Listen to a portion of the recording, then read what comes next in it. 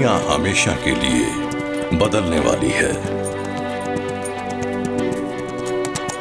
उस दिन का हिसाब किताब, ऊपर से एक आदेश, गिनने का समय, संसार का राज्य निष्ठुर हाथों में। बस तब जब लोगों को आशा की जरूरत थी, परमेश्वर एक बच्चे को भेजेंगे, एक राजा को, बेहतर भविष्य का पूर्वानुभव देने के लिए। पर क्यों यीशु की मां बनने के लिए एक कुंवारी को क्यों चुना गया? स्वर्ग से भेजे गए एक बालक का पालन पोषण करने के लिए एक सांसारिक मनुष्य क्यों चुना जाएगा?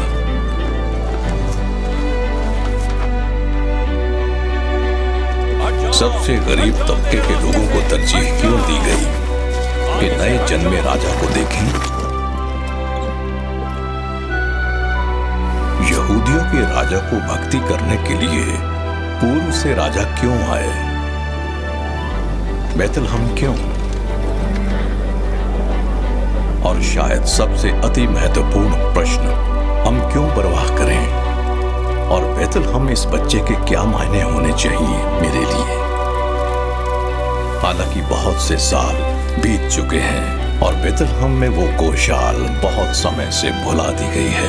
हमें समय की धुंध के माध्यम से अपनी टकटकी पर ध्यान केंद्रित करने की जरूरत है, पवित्र शास्त्र के लेंस के माध्यम से, और अपनी कल्पना का इस्तेमाल करना है क्रिसमस की कहानी बदलने के लिए नहीं, बल्कि लोगों, स्थानों और परिस्थितियों को देखने के लिए जो यीशु के जन्म का हिस्सा हो सकती थीं। और ऐसा करते हुए हम जवाब देंगे रहस्य का, अर्थ का और उस प्रश्न का कि यीशु जन्म क्यों?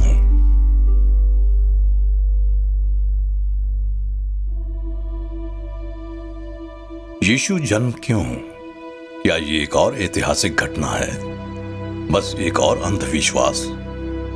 या बचपन में बची रह गई एक परी कथा? क्या हो यदि इतिहास की ये विशेष घटना हमारे छुटकारे की शुरुआत हो? इन प्रश्नों के जवाब के लिए जरूरत होगी परमेश्वर के वचन की कि वो हमारा मार्गदर्शन करे, और हमारी कल्पना की कि हम ये कहानी सुन सकें। इसके लिए जरूरत होगी कि हम वो करें जो गडरिये ने किया, जो विद्वानों ने किया, यहां तक कि जो यूसुफ और मरियम ने किया। हमें बैतलहम की यात्रा की जरूरत है। मैं हूं डेविड जरमाया। क्या आप मेरे साथ किसी दूर दराज स्थान पर और एक ऐसे समय पर फिर से यात्रा नहीं करना चाहेंगे जिसे भुलाया जा सकता है?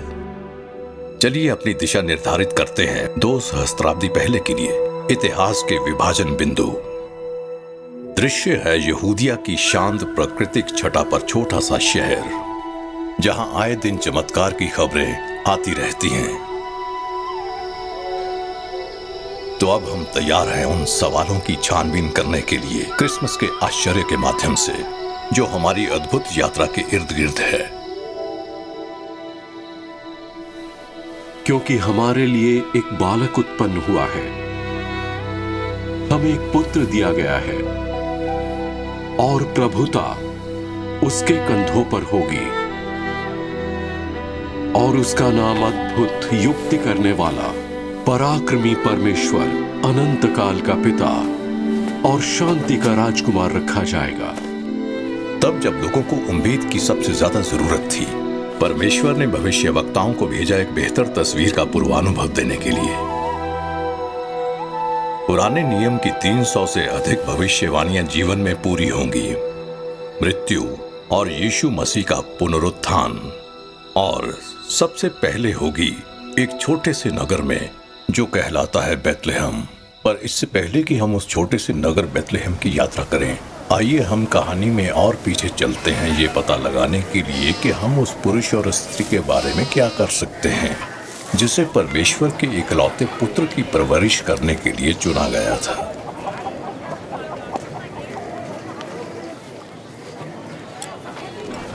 यूसुफ और मरियम पले बड़े नासरत नामक के एक साधारण से नगर में।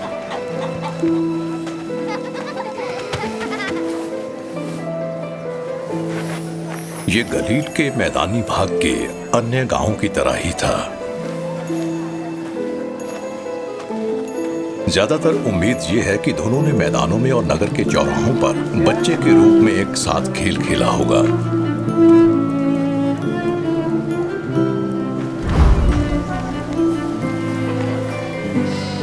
दोनों के माता पिता ने उनकी शादी का इंतजाम किया था, जो न केवल उन दोनों युवाओं को एक सूत्र में बांधेगी, बल्कि दोनों परिवारों को भी।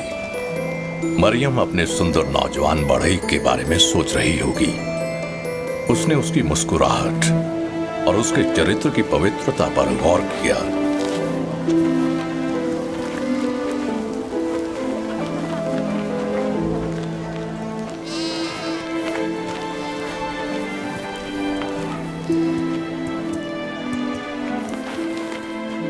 यूसुफ संभवतः एक साधारण और कुशल व्यक्ति था। वो अपनी शिल्प कला को हासिल करेगा, समाज में अच्छा नाम बनाए रखेगा, आराधनालय जाएगा और परिवार की परवरिश करेगा। और मरियम एक यहूदी युवती जो एक दिन अपने पति के परिवार के साथ रहेगी, और वो दोनों एक जीवन की शुरुआत करेंगे जो उनका अपना परिवार कहलाएगा।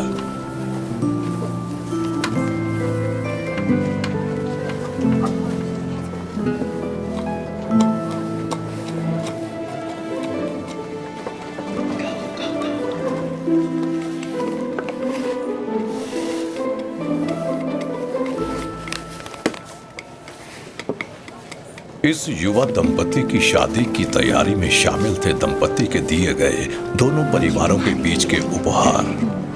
धन्यवाद। क्या है? कोई बात नहीं, ये है कुछ अंगूर और पनीर।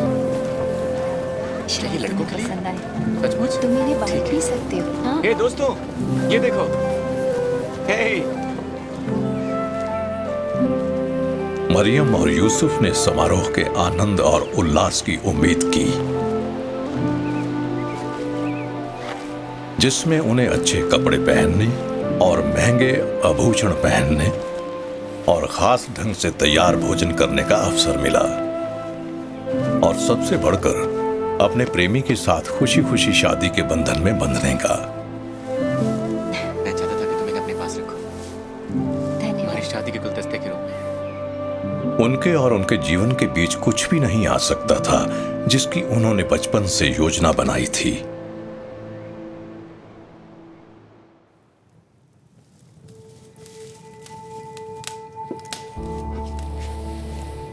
मरियम का पूर्वानुमानित सामान्य जीवन उसके परिवार और समाज की उपयोगी सेवा में व्यतीत होगा। मरियम अपने आगे आने वाले जीवन के बारे में कैसे जान पाई? अब 6वें महीने में परमेश्वर की ओर से गैब्रियल स्वर्गदूत गलील के नासरत नगर में एक कुंवारी के पास भेजा गया, जिसकी मंगनी यूसुफ नाम दाऊद के घराने के एक पुरुष से हुई थी। उस कुंवारी का नाम मरियम था, और स्वर्गदूत ने उसके पास भीतर आकर कहा, आनंद और जय तेरी हो, जिस पर परमेश्वर का अनुग्रह हुआ है। प्रभु तेरे साथ हैं, सभी स्त्रियों में तू धन्य है। पर जब उसने उसे देखा तो वो उस वचन से घबरा गई। फिर स्वर्गदूत ने उससे कहा, हे मरियम, भयभीत न हो, क्योंकि परमेश्वर का अनुग्रह तुझ पर हुआ है। और देख, तू गर्भवती होगी और तेरे एक पुत्र उत्पन्न होगा, और तू उसका नाम यीशु रखना। वो महान होगा और परम प्रधान का पुत्र कहलाएगा, और प्रभु परमेश्वर उसके पिता दाऊद का सिंहासन उसको देगा, और वो याकूब के घराने पर सदा राज्य करेगा, और उसके राज्य का अंत न होगा। फिर मरियम ने स्वर्गदूत से कहा, ये क्यों कर होगा? मैं तो पुरुष को जानती ही नहीं। स्वर्गदूत ने उसको उत्तर दिया और उससे कहा कि पवित्र आत्मा तुझ पर उतरेगा, और परम प्रधान की सामर्थ्य तुझ पर छाया करेगी। इसलिए वो पवित्र आत्मा जो उत्पन्न होने वाला है परमेश्वर का पुत्र कहलाएगा। फिर मरियम ने कहा, देख, मैं प्रभु की दासी हूँ, मुझे तेरे वचन के अनुसार हो। और स्वर्गदूत उसके पास से चला गया।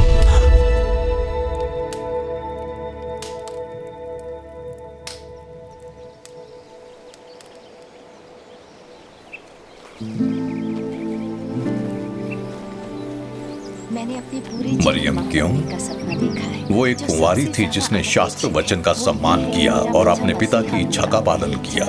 वो परमेश्वर के इकलौते पुत्र को जन्म देने के लिए एक शुद्ध पात्र थी, एक घर जिससे वो दुनिया को मुक्ति देने के लिए प्रकट होगा। मैं समझती हूँ। मरियम का मन बिल्कुल सही लगा था और उसका ध्यान परमेश्वर की इच्छा पर था। वो परमेश्वर की सामर्थ्य को जानती थी जो सभी चीजों को संभव बनाती है, और उनका प्रेम हर बोझ को सहने में आनंद देता है।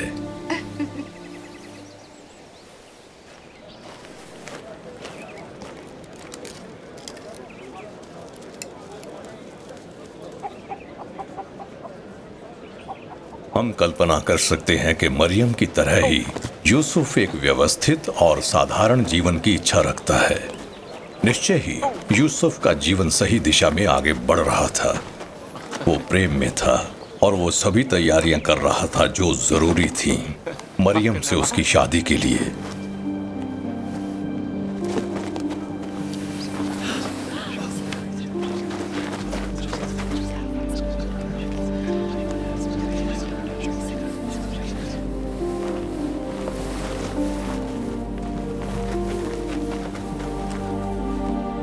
और अब सदमे और अविश्वास के साथ यूसुफ ने अपनी मंगेतर की प्रत्यक्ष गर्भावस्था देखी।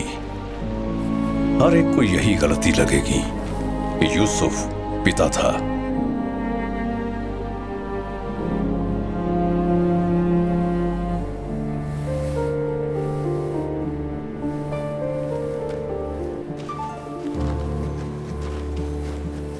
बाइबल हमें बताती है कि यूसुफ एक धर्मी और सम्मानित व्यक्ति था जिसे अब एक कठिन निर्णय का सामना करना पड़ा। वापस आने की जरूरत अपने बारे में सोचो, मेहरबानी करके इससे बात करो। नहीं, तुम्हारी बात का कोई मतलब। और यद्यपि व्यवस्था के अनुसार उसे मरियम को त्यागने का अधिकार था, वो धर्मी था और वो सार्वजनिक रूप से उसे अपमानित करने के लिए तैयार नहीं था। मेहरबानी करके इससे बात करो। कुछ मित्र सहमत थे उसके इस करुणामयी फैसले से, जबकि ज्यादातर संभवतः सहमत नहीं थे।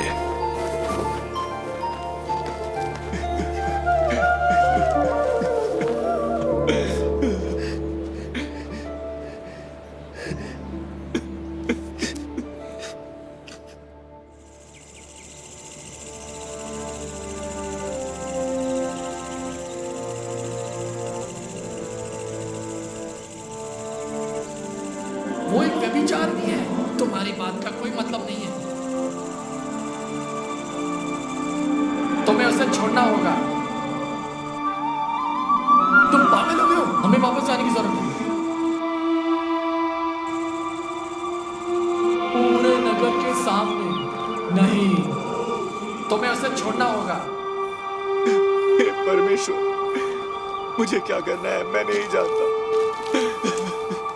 हे यूसुफ, दाऊद की संतान, तू अपनी पत्नी मरियम को अपने यहां ले आने से मत डर, क्योंकि जो उसके गर्भ में है वो पवित्र आत्मा की ओर से है। वो पुत्र जनेगी और तू उसका नाम यीशु रखना, क्योंकि वो अपने लोगों का उनके पापों से उद्धार करेगा।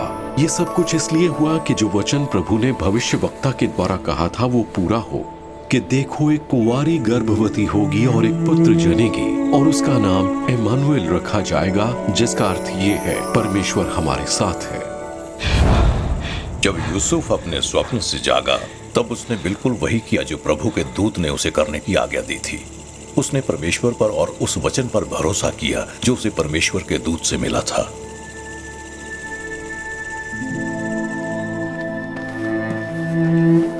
उस बदलाव पर विचार कीजिए जो मरियम के जीवन में आया, क्योंकि गैब्रियल स्वर्गदूत ने उससे मुलाकात की थी। शादी के विचार मातृत्व के विचारों में बदल गए और बिल्कुल सामान्य जीवन के विचार उपहास और उसके गांव के लोगों की अटकलों के केंद्र में बदल गए। नहीं,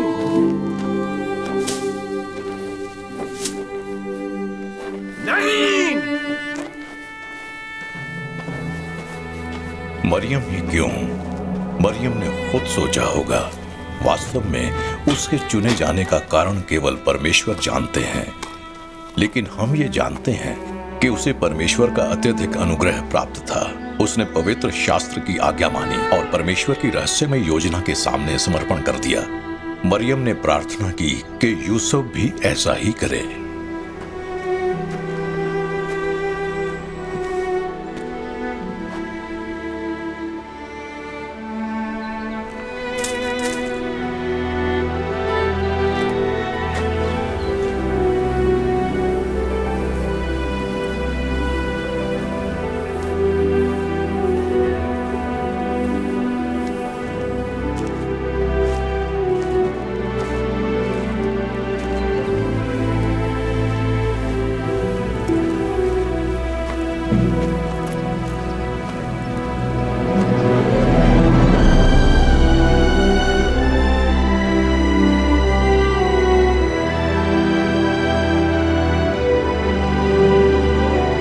यूसुफ मरियम को अपनी पत्नी के रूप में स्वीकार करेगा। वो यीशु मसीह का सांसारिक पिता होगा। वो परमेश्वर की इच्छा के लिए अपनी इच्छा को टाल देगा और इस योजना में उसने विश्वास किया। और यूसुफ प्रभु के दूत की आज्ञा अनुसार अपनी पत्नी को अपने यहाँ ले आया, और जब तक वो पुत्र न जनी तब तक वो उसके पास न गया, और उसने उसका नाम यीशु रखा। विशाल रोमन साम्राज्य के बारे में ऐसा क्या था जो मसीह के आने के लिए आदर्श स्वरूप था? अनजाने में रोमन स्वयं इस जवाब का हिस्सा थे, क्योंकि इतिहास में पहली बार भूमध्य सागरीय संसार सभ्यता का पालना संगठित हुआ था। सभी सड़कें रोम की ओर जाती थीं और रोमन सड़कें धरती पर लगभग हर जगह जाती थीं, जिसमें शामिल था यरूशलेम और आसपास का वो पूरा इलाका जहां रोमन शासक हेरोदेस महान ने निर्ममता और बेदर्दी के साथ शासन किया था।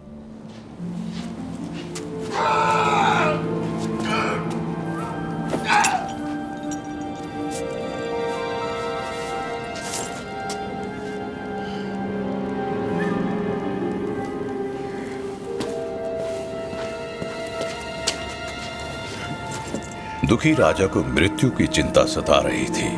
उसी समय कोई उसे जीतने आ रहा था।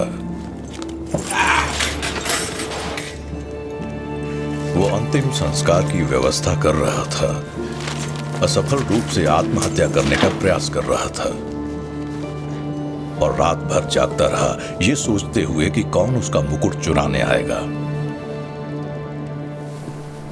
हेरोदेस के लिए राजा बनना अच्छा नहीं था। वो कब तक सिंहासन पर बना रहेगा? उसकी सत्ता को खतरे में डालने के लिए कौन आएगा?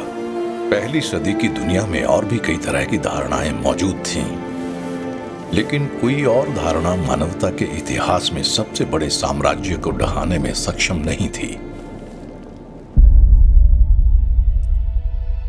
यीशु ना केवल सही समय पर आए, बल्कि वो सही संदेश लेकर आए। वो उम्मीद और प्रकाश लेकर आए। तलवार के बल पर शासित दुनिया में ये गुरु संपूर्ण शांति लाएगा। हिंसा और प्रतिशोध से भरे इस संसार में वो अपने शत्रुओं से प्रेम करना सिखाएगा। मृत्यु के इस संसार में उसने नए और अनंत जीवन की उम्मीद प्रदान की। रोमियो ने दहशत के बल पर राज्य किया। वो प्रेम के द्वारा संसार पर राज्य करेगा। वो दुनिया पर अधिकार करने का संदेश था। जब समय पूरा हुआ, तब जब उसका सत्य और प्रेम बहुत ही प्रभावी ढंग से फैल सकता था, यीशु सबसे महत्वपूर्ण, सबसे मौलिक संदेश लेकर आए, जो पहले कभी भी पेश नहीं किया गया। गौशाला में जल्द ही जो होने वाला था, छोटे से बैतलहम में, वो इतिहास को फिर से परिभाषित करेगा सही समय पर, हमेशा के लिए। और उन दिनों ऑगुस्तुस कैसर की ओर से आज्ञा निकाली गई कि सारे जगत के लोगों के नाम लिखे जाएं। तो सब लोग नाम लिखवाने के लिए अपने अपने नगर को गए।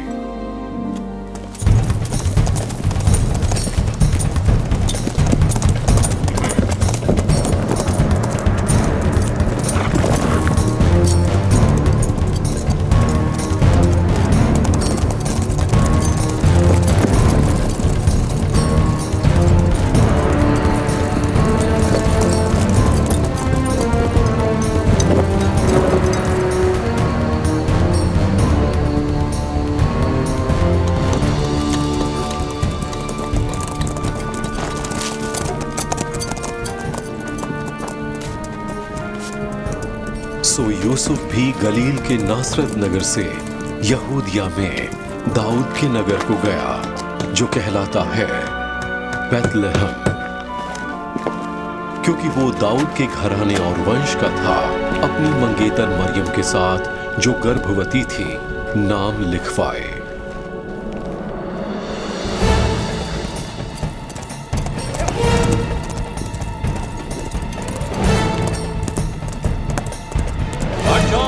हट जाओ मेरे रास्ते से, हट जाओ, आगे से हट जाओ।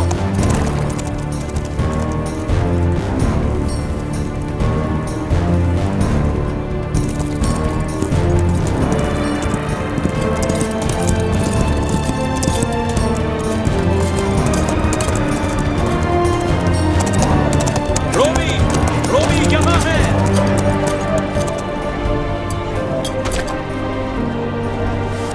इसे बैरक के दरवाजे पर लगा दो। सिपाही इसे सबके सामने टांग दो और सुनिश्चित करो कि लोग इसका पालन करें। हटो, आगे से हटो,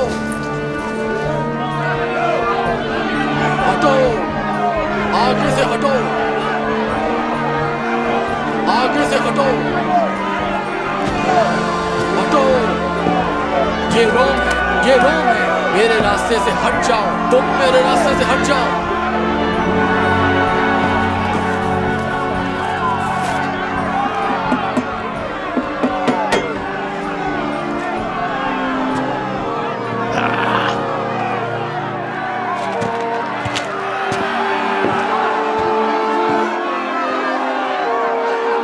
रोमी साम्राज्य के लोगों को नाम लिखवाने जाना था और उन सभी इजराइलियों को जो राजा दाऊद के वंशज थे, उन्हें अपने गृह नगर बैतलहम को रिपोर्ट करने का निर्देश दिया गया था, जिसमें मरियम और यूसुफ शामिल थे।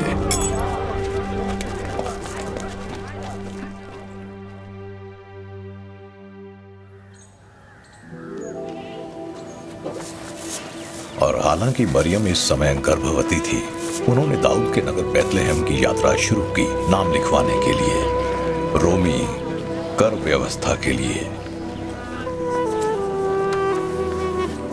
तैयारी पूरी हो गई है, चलें। वो दिन आ गया जब मरियम और यूसुफ को नासरत का अपना शांत सा घर छोड़ना पड़ा और बैतलहम में अपना नाम लिखवाने के लिए अपनी यात्रा पर निकलना पड़ा। मुझे तुम्हारी याद आएगी। जब वे जाने के लिए तैयार हुए, उनके दोस्त और परिवार के लोग उन्हें शुभकामना देने के लिए इकट्ठा हुए। जल्दी ही पैदा होने वाले बच्चे के लिए दस्तकारी किए हुए उपहार दिए। एक तोहफा, धन्यवाद तुम्हारे बच्चे के लिए। धन्यवाद। और आशीष के वचन बोले और उनके लिए प्रार्थना की। तुम्हारी याद आएगी, तुम्हें भी याद करो। परमेश्वर आशीष दे। धन्यवाद। धन्यवाद। मरियम, ये तुम्हारे लिए। ओह, सफर के दौरान ये उसे गर्म रखने के लिए है। धन्यवाद। मैं इसे हमेशा संभाल कर रखूंगी। बेशक। युवा दंपति पहला कदम उठाने वाले थे एक ऐसी अद्भुत दुनिया में जाने के लिए जिसकी उन्होंने कभी कल्पना भी नहीं की होगी।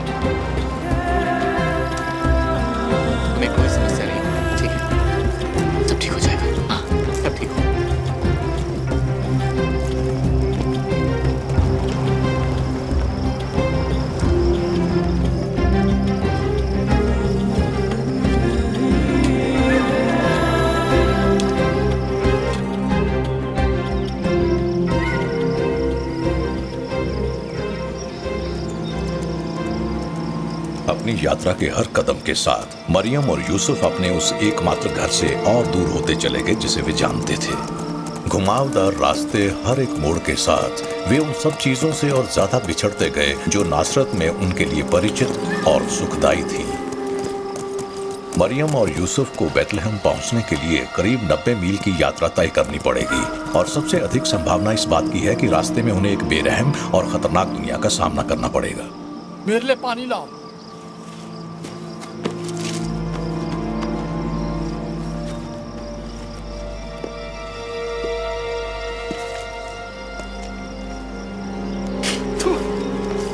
ये घिनौना है, तुम सब की तरह। चलो चले।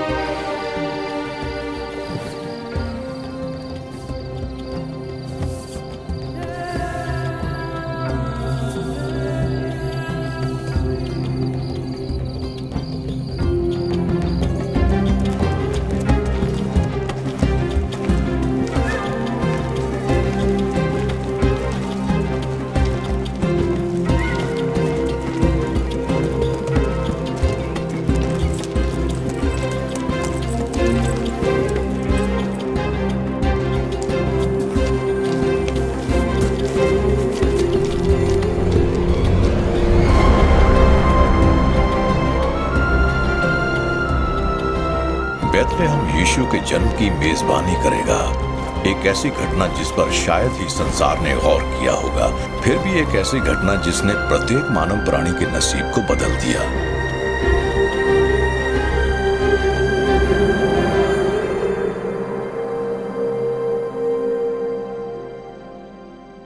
बेथलेहम का वो छोटा सा नगर जिस पे नजर रखी गई।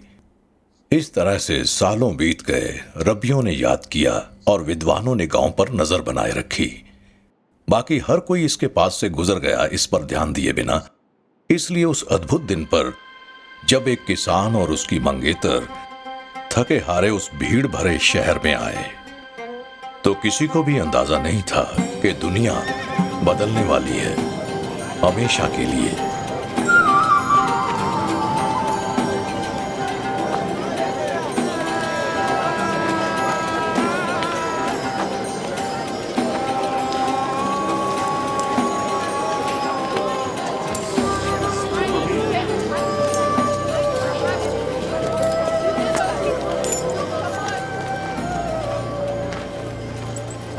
इसकी क्या कीमत है? प्लीज।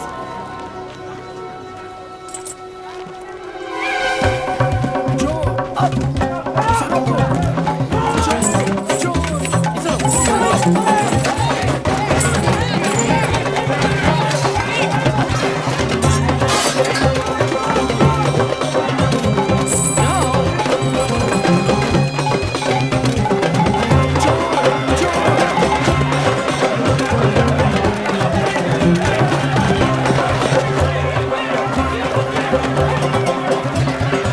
वो कहाँ गया? कहाँ गया?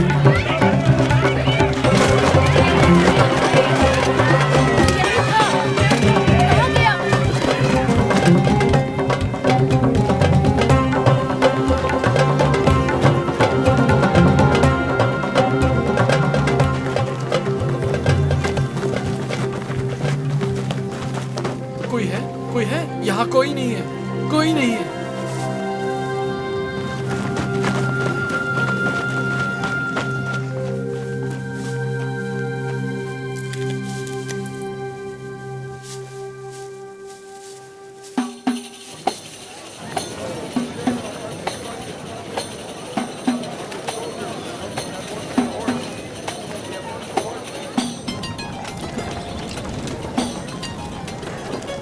कोई केवल उस दृश्य को चित्रित कर सकता है जिसका मरियम और यूसुफ ने पहली बार सामना किया था जब वे बैतलहम के फाटकों के पास पहुंचे। ठहरने के लिए कोलाहल करते मुसाफिर, अपने सामानों को बेचते हुए विक्रेता बैतलहम के सर्वोत्तम और सबसे बदतर मिलजुल रहे थे जीवित बचे रहने के लिए, भोजन ढूंढने के लिए और ठिकाना ढूंढने के लिए।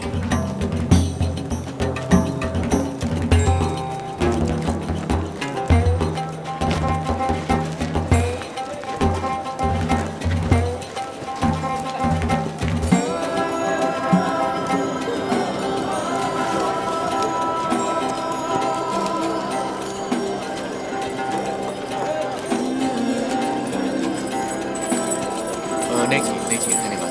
लीजिए।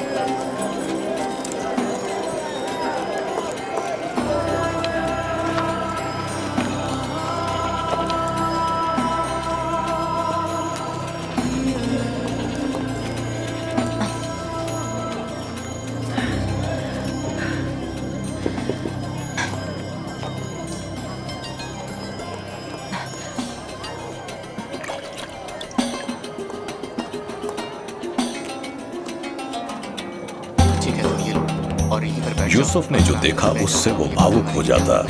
मरियम किसी भी क्षण परमेश्वर के पुत्र को जन्म दे सकती थी और इस तरह से बहुत ही शिद्दत से एक आश्रय ढूंढने की खोज शुरू हो गई।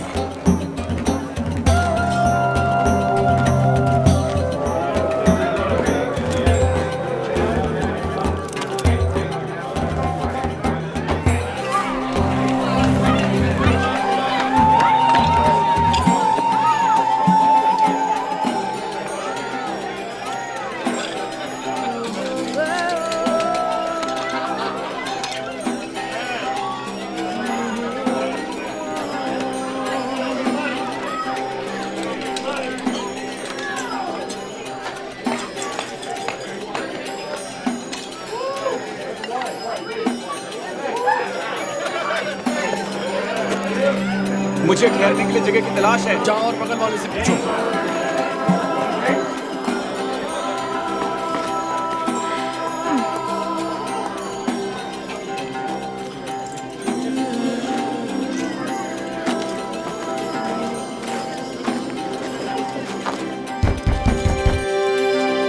हुजूर मेहरबानी कीजिए।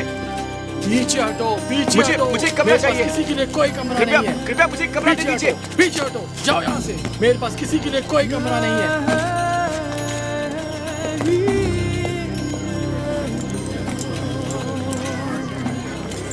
मरियम ने संसार के दृश्यों और ध्वनियों को सुना जो इतने व्यस्त और इतने पापमय थे गौर करने के लिए कि उनके बीच मसीह पैदा होने वाला है।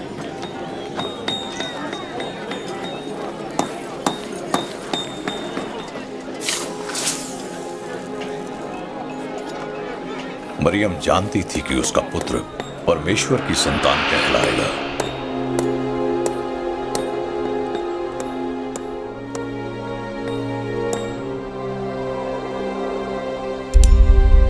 यीशु उनका उद्धारकर्ता उस दिन शांति से बैतलहम में अवतरित होगा।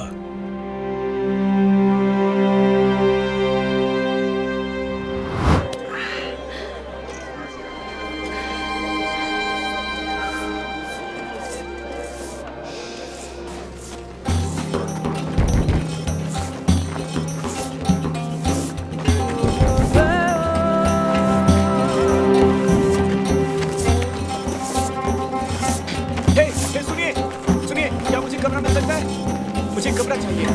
मुझे बस एक कमरे की जरूरत है।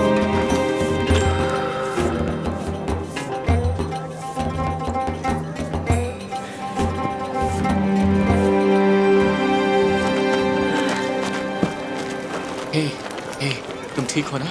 शायद हमें कमरा मिल गया है। सचमुच? मैंने एक सराय देखी है, शायद हम वहां पर रह सकते हैं। हमें कोई समस्या नहीं होगी। ठीक है, चलो मेरे साथ आओ। सब ठीक हो जाएगा, सब ठीक हो।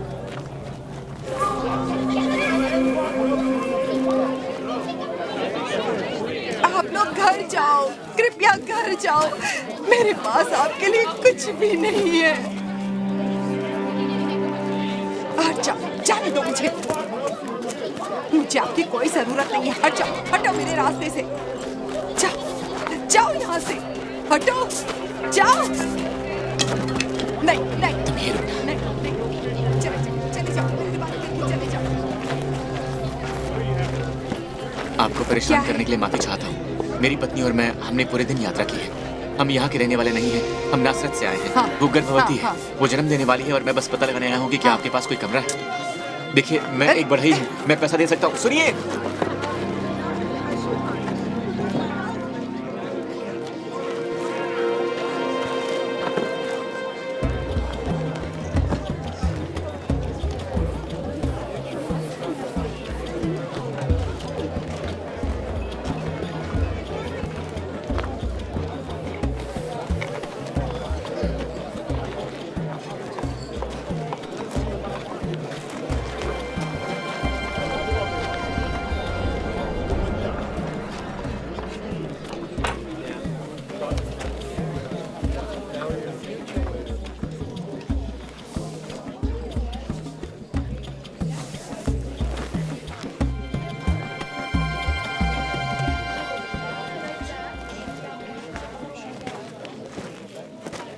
ये स्वर्ग एक योजना के द्वारा था कि यीशु इस संसार में आरामदायक सराय में नहीं बल्कि किसी तुच्छ सी अस्त व्यस्त गौशाला में अवतरित होंगे।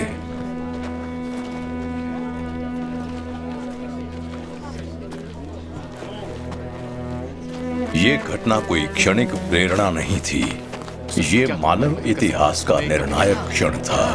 स्थान और उसके जन्म की स्थिति वो जन्म देने वाली पूर्व निर्धारित थी परमेश्वर द्वारा।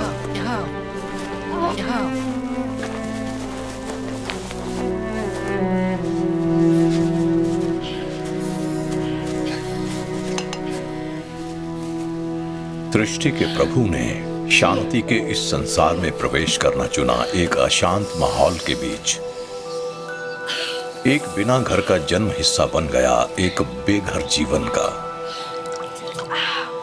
अपने जन्म में भी मानवता की अस्वीकृति को स्वीकार करते हुए यीशु दुनिया को एक पक्का अटूट प्रेम का संदेश देंगे। हमारे पास उनके लिए कोई जगह नहीं थी, लेकिन अब और वो बेघर नहीं है। एक दिन वो स्वर्ग का दरवाजा खोल देंगे ताकि कोई भी ठंड में ना रहे।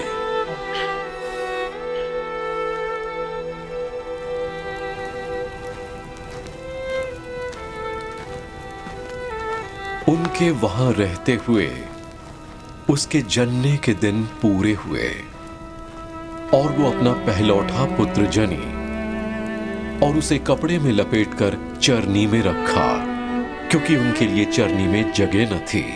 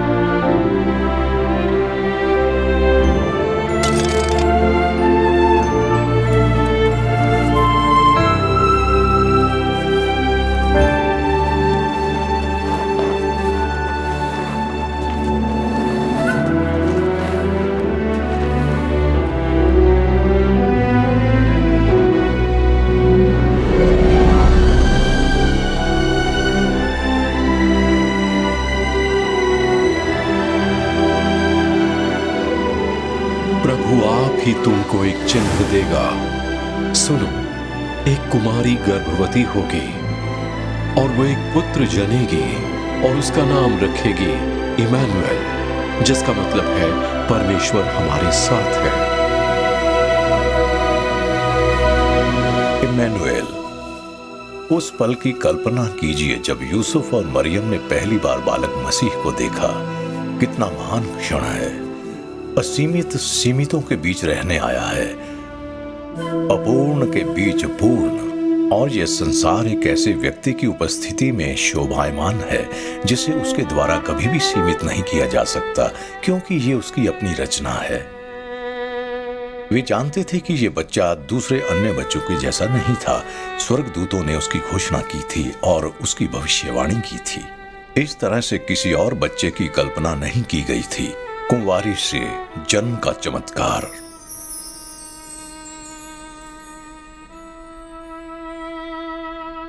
यीशु का जन्म हुआ है, मसीहा अवतरित हुआ है, जगत का उद्धार करता। जब ये अलौकिक और शानदार घटना घटी उस रात बैतलहम में, आपको क्या लगता है सबसे पहले बधाई देने वाले कौन लोग होंगे?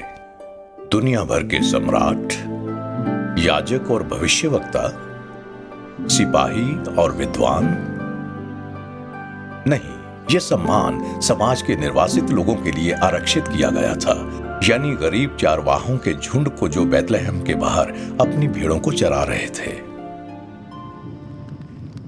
वे स्थानीय कुलीन वर्ग द्वारा तुच्छ समझे गए लोगों में से सबसे तुच्छ लोग थे। उन लोगों की त्वचा पसीने से चमक रही थी, उनके लिबास से जानवरों और खेतों की बदबू आ रही थी। वे ऐसे लोग थे जिनमें बुनियादी आचार विचार या शिक्षा की कमी थी। उनके नाम बाइबल में कहीं दर्ज नहीं है। फिर भी उनके नाम जो भी रहे हों, वे मानव इतिहास के सबसे आनंददायी क्षण की अतिथि सूची की शोभा बढ़ाएंगे। उन्हें धरती पर उच्च सम्मान नहीं मिला था, हालांकि इस रात उन्हें स्वर्ग द्वारा अनुग्रह प्राप्त हुआ।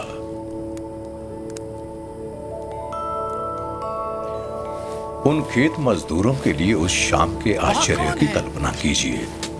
एक पल आसमान अंधकारमय था और उनके मिजाज शायद और ज्यादा अंधकारमय थे। अगले ही पल उनके जीवन हमेशा के लिए बदल जाएंगे।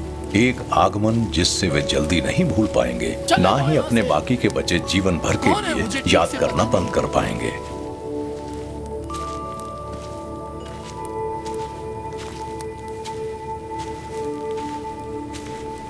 कौन हो तुम? अब उस देश में कितने गडेरिये थे जो रात को मैदान में रहकर अपने झुंड का पहरा देते थे। और देखो, प्रभु का एक दूत उनके पास आ खड़ा हुआ और प्रभु का तेज उनके चारों ओर चमका और वो बहुत डर गए।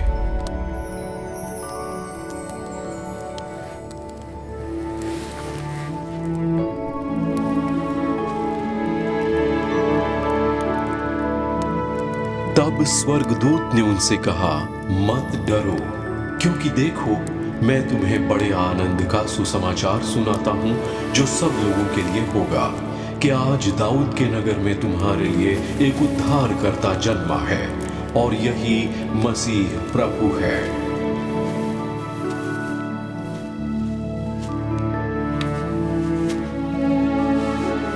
और इसका तुम्हारे लिए ये पता है कि तुम एक बालक को कपड़े में लिपटा हुआ और चरनी में पड़ा पाओगे।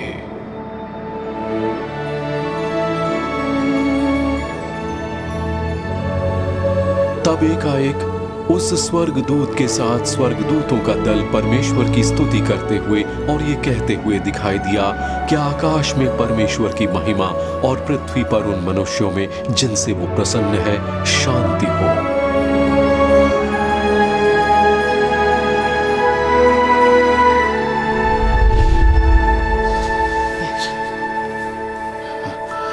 ठीक है, फिर चलते हैं। तुमने स्वर्गदूतों को सुना, चलो हमें बेथलेहम जाना चाहिए।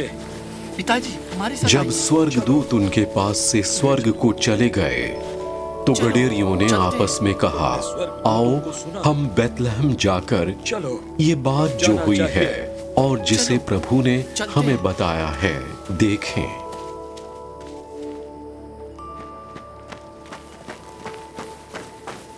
इन आम लोगों ने स्वर्गदूतों द्वारा दिए गए निर्देशों का पालन किया और वो एक ऐसे अनुभव में हिस्सा लेने के लिए बैतलहम गए जिससे मसीहियों की अनगिनत पीढ़ियों ने ईर्ष्या की थी, यीशु मसीह की भक्ति करने के लिए।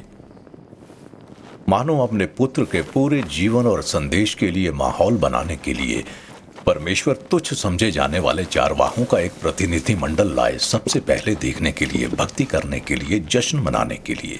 उन्होंने आम लोगों को सरल राह अपनाने के लिए और जल्द ही विद्वान लोगों को कठिन राह अपनाने के लिए आमंत्रित किया, क्योंकि उस पल के बाद से सभी रास्ते चरनी और यीशु मसीह की ओर ले जाएंगे।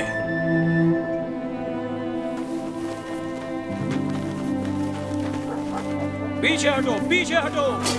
मेरे पास किसी के लिए कोई कमरा नहीं है। हे, निकलो यहाँ से। मैंने कहा निकलो यहाँ से। जाओ, चले जाओ यहाँ से।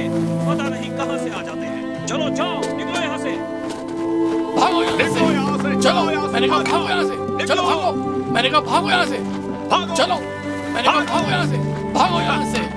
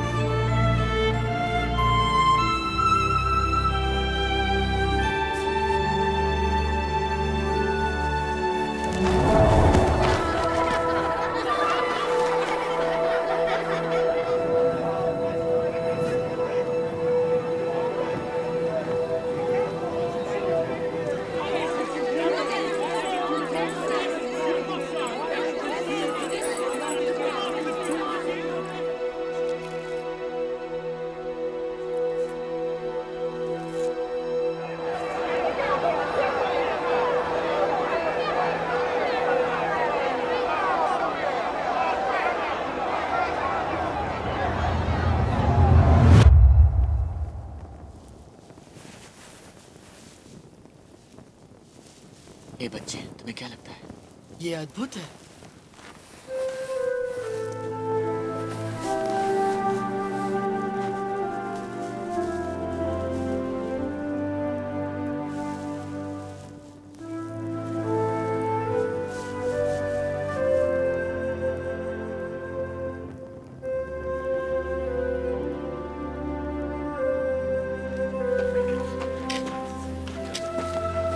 जब उस रात चरवाहों ने गौशाला छोड़ी, जैसा बाइबल बताती है, उन्होंने रास्ते में सबको उन बातों के बारे में बताया जो उनके साथ घटित हुई थीं।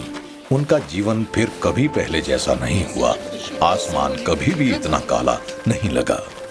वे जान गए कि जब वे रात को अपनी भेड़ों की रखवाली करते थे तो कोई उनसे कहीं महान उनकी रखवाली कर रहा था।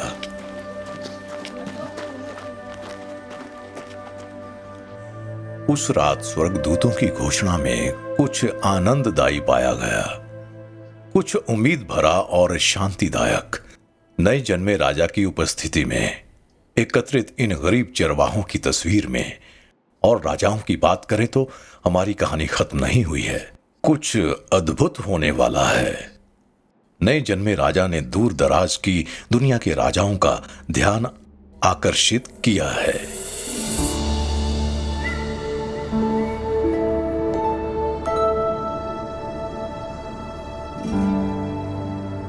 बहुत पुरानी तस्वीर के बारे में कुछ जादुई और रहस्यमय है।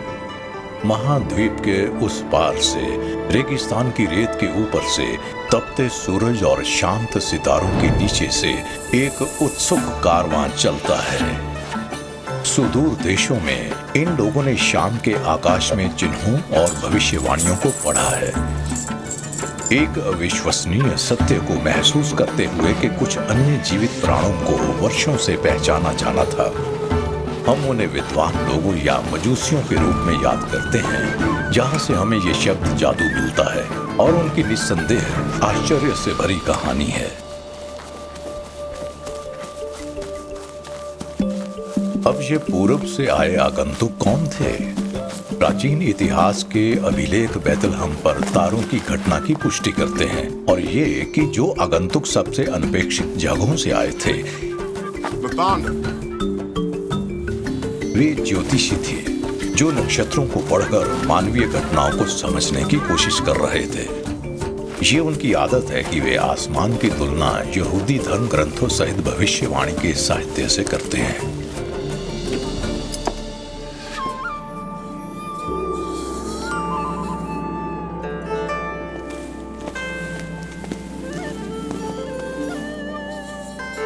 वो सूची यहूदियों के एक राजा के बारे में बात करती है, जिसके आगमन की घोषणा एक तारे द्वारा की जाएगी। विद्वानों के पास उन सूचियों की एक प्रति है। सबसे प्राचीन लेखों में यह पुख्ता संदर्भ पाया जाता है। मैं उसको देखूंगा तो सही, परंतु अभी नहीं। मैं उसको निहारूंगा तो सही, परंतु समीप होके नहीं। याकूब में से एक तारा उदय होगा और इस्राएल में से एक राजदंड उठेगा। गिनती 24:17। इन बुद्धिमान लोगों के लिए इन वचनों के बारे में कुछ भी अस्पष्ट नहीं था। यदि ऐसे राजा की भविष्यवाणी 1000 साल से पहले की गई थी तो वो जाकर देखने लायक था।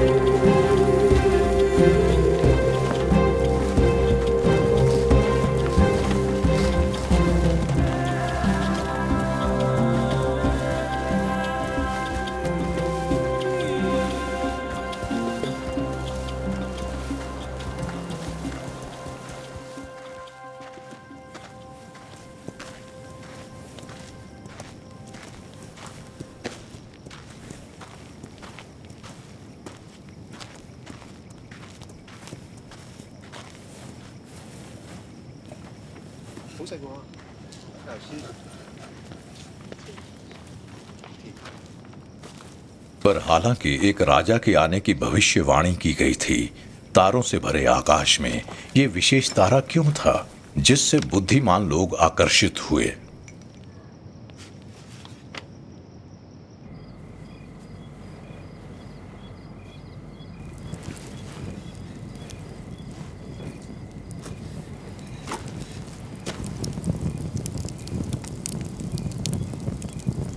सदियों से हमने सोचा है कि बहुत से लोगों ने आकाशीय घटना को महज विज्ञान या वायुमंडलीय अशांति के रूप में समझने की कोशिश की है। हालांकि परमेश्वर ने इसकी रचना की और तारे ने मजूसियों को सीधे बालक मसीह की उपस्थिति तक ले जाने के लिए परमेश्वर के प्रकाश स्तंभ के रूप में कार्य किया। शायद एक अनसुलझे रहस्य के रूप में तारे का हल हमारे लिए बहुत अद्भुत है। क्रिसमस का उपहार उस अनंत दिन तक नहीं खोला जाना चाहिए जब कोई आसमान नहीं होगा और जब हमारे सभी प्रश्नों का जवाब दिया जाएगा। जो बात बहुत ज्यादा मायने रखती है वो है तारे का अर्थ, क्योंकि उसके प्रकाश ने सुसमाचार के पन्नों में जीवन फूंका है, हमें बुलाते हुए कि हम आएं और भक्ति करें। ये इतना तेज चमकता है कि अन्य धर्मों और अन्य देशों के लोग शांति के सच्चे राजकुमार की चरनी में आने के लिए मजबूर हो सकते हैं। ये आसमानों पर छाया रहा, हमें ये याद दिलाते हुए कि हमारा विश्वास बहुत महान है दुनिया के लिए देखने के लिए।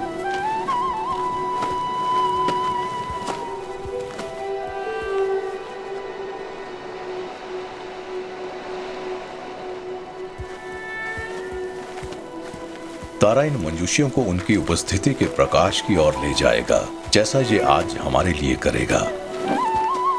और एक बार जब हम वहां पहुंच जाते हैं तो सबसे चमकीला तारा भी तुलनात्मक रूप से मंद लगने लगता है।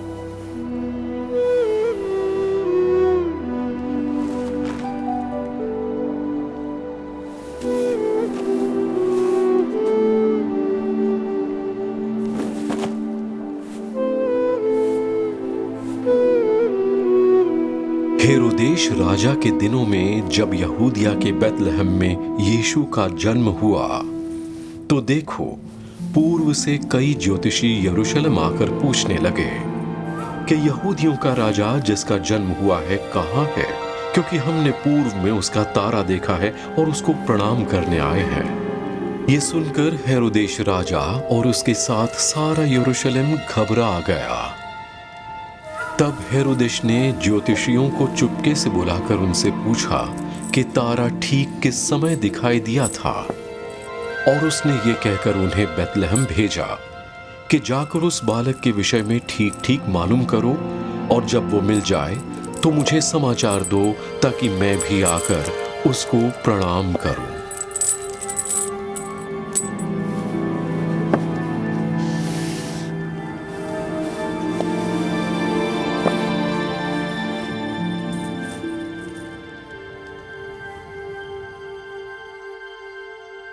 संभवतः हेरोदेस ने बैतलहम की इस उथल पुथल के बारे में सुना था कुछ साल पहले कि किसी महिला ने गुफा में जन्म दिया है और चरवाहे उस बालक की भक्ति कर रहे हैं। उसने इसे पागलपन भरी बात कहकर खारिज करने की कोशिश की थी।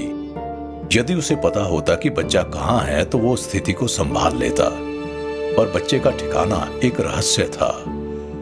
और अब ये शाही लोग उसके सामने खड़े होकर पूछ रहे थे यहूदिया के राजा यानी पैदा होने वाले बच्चे के बारे में। हेरोदेस ने गौर किया, यदि इस समय तक उसके जीवन में कोई उद्देश्य बाकी रह गया था तो ये था वारिस का समूल नाश करना। हेरोदेस ने मंजूसियों को उसे बच्चे तक ले जाने के लिए बरगलाने की कोशिश की, परंतु हेरोदेस यहूदियों के राजा को कभी नहीं ढूंढ पाएगा। विद्वान लोग उसके ठिकाने की खबर लेकर कभी नहीं लौटेंगे। जबकि हेरोदेस नए जन्मे राजा के जिस जश्न को तबाह करना चाहता था वो और भी महान हो गया। राजाओं के एकमात्र राजा के लिए माकूल उत्सव।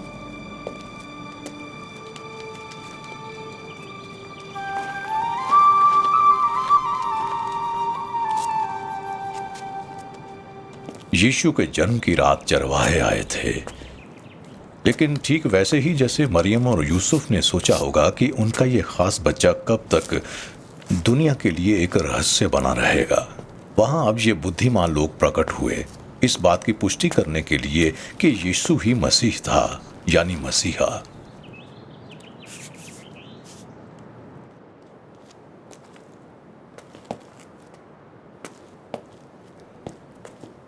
जैसा कि गैब्रियल ने कहा, वो परमेश्वर का पुत्र है, इसलिए वो वैसे ही संसार का है जैसे संसार उसका है।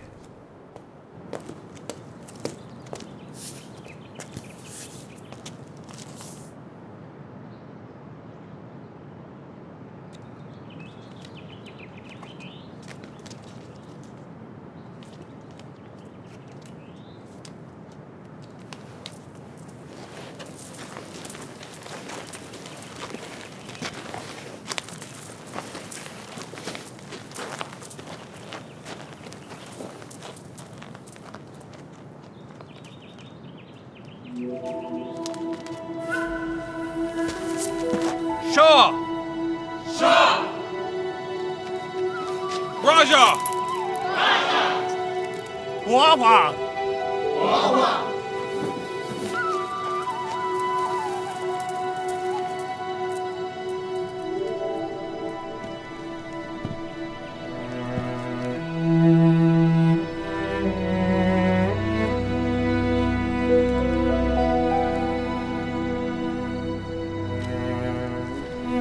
और एक एक करके प्रत्येक प्रतिनिधिमंडल ने बच्चे को राजा कहकर संबोधित किया।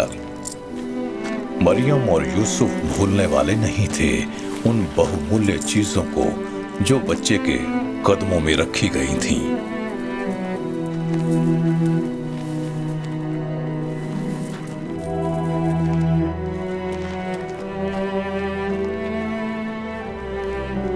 और उन्होंने उस घर में पहुंचकर उस बालक को उसकी माता मरियम के साथ देखा और मुंह के बल गिरकर उसे प्रणाम किया और अपना अपना थैला खोलकर उसे सोना और लोहबान और मंदरस की भेंट चढ़ाई। उनकी पूरी कठिन खोज का लक्ष्य भक्ति था और एक परमेश्वर की भक्ति संभवतः उनकी अपनी नहीं बल्कि एक ऐसे परमेश्वर की जो उन तक पहुंच रहा था, उन्हें बताने के लिए कि उसने जगत और सब लोगों के एक उद्धारकर्ता को भेजा है।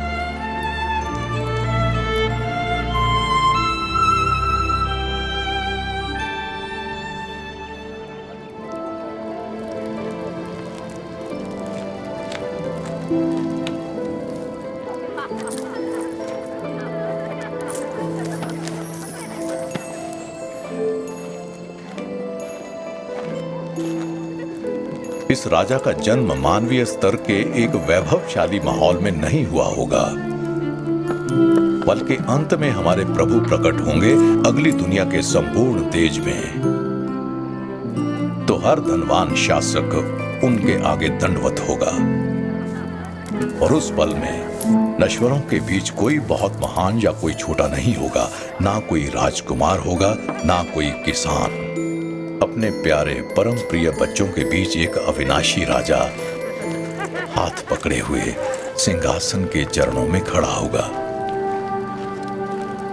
यीशु का प्रेम तब तक बना रहेगा जब तक वो पूरे संसार में घूमते रहेंगे, चंगाई देते हुए, शिक्षा देते हुए और हृदय को बदलते हुए। उनकी आवाज सुनी जाएगी और उनकी सेवकाई महसूस की जाएगी उस हर जगह पर जहां उनके अनुयायियों ने यात्रा की होगी।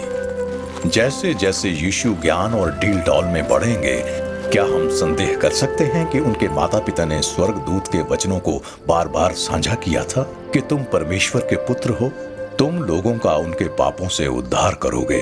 पर कैसे? उनका ही पुत्र क्यों? यीशु ही क्यों?